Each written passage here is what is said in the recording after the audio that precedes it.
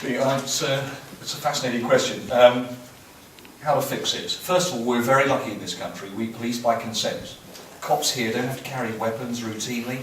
Even to be armed with a taser, let alone a firearm, requires a very high level of authorization. And the fact that we can police with consent is a very precious thing. And the Chief knows my view on this, about how it's critical that the police continue to engender the trust and indeed affection of the public at large, so that a young female PC can go into a brawl in a pub and the punch-up will stop because she's a police officer and they have some sort of respect for this still great institution. So it is critical. Here's a story. About a year ago I was sent a letter by the Home Secretary to all PCCs, so I had one, and it said, what are you doing to reassure yourself of the quality of crime recording by your force, the force that you look after? And I sent back a one-liner. I just said, it's quite simple, Simon will laugh now. I said, I've told the Chief Constable that if it is being misrecorded, he'll be looking for a new job. And of course I was good enough to tell Simon what I'd replied, of course. But the point I'm making is that the Chief Constable, and yes, I admit me, we have to set a moral compass for the force about whether they're not idle, corrupt or arrogant. Your words are just... So that is very important. Of course, there are external bodies, Her Majesty's Inspectorate of Constabularies and the Independent Police Complaints Commission, who oversee as well.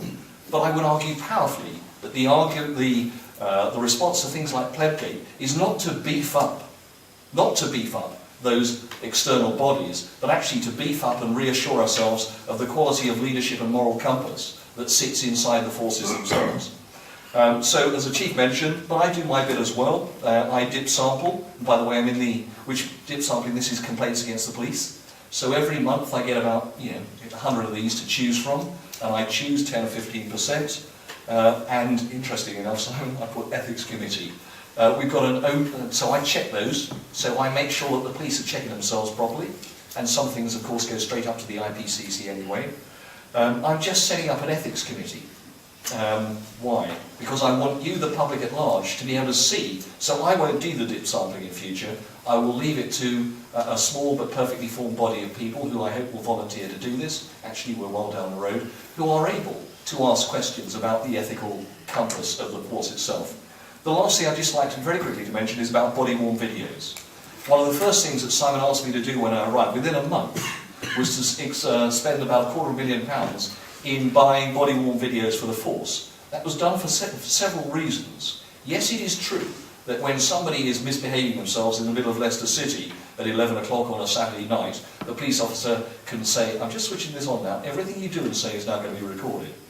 But there is another aspect to it as well, which is the police officer, him or herself, knows that they are now under, as it were, a recorded scrutiny. And that's important. It's important as well.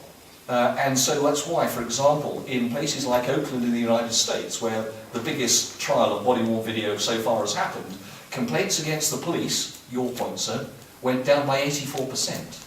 Much of it was because people behaved themselves in front of the cops, but it was also because the cops themselves behaved themselves. So, and that's why the Chief, and with my absolute support, has now mandated that certain things must always be recorded on body-worn video. Things like stop and search, domestic violence investigations and so on. And there's a few others, Simon, that I can't remember. And it's a very important point that you make, in order, I hope, to rebuild some of the trust. But please, please, remember, we still do. I've served in various parts of the world, and I do this job because I am a fan of the police. They're not perfect, and I'm going to work to get them as perfect as I can during my time as PCC. But I tell you now, in terms of ethical moral compass, they're about as high as I've ever seen, and I still think we have one of the best police forces in the world. But I will continue to lean on the Chief and see how good we can get it. Thank you. One here and then...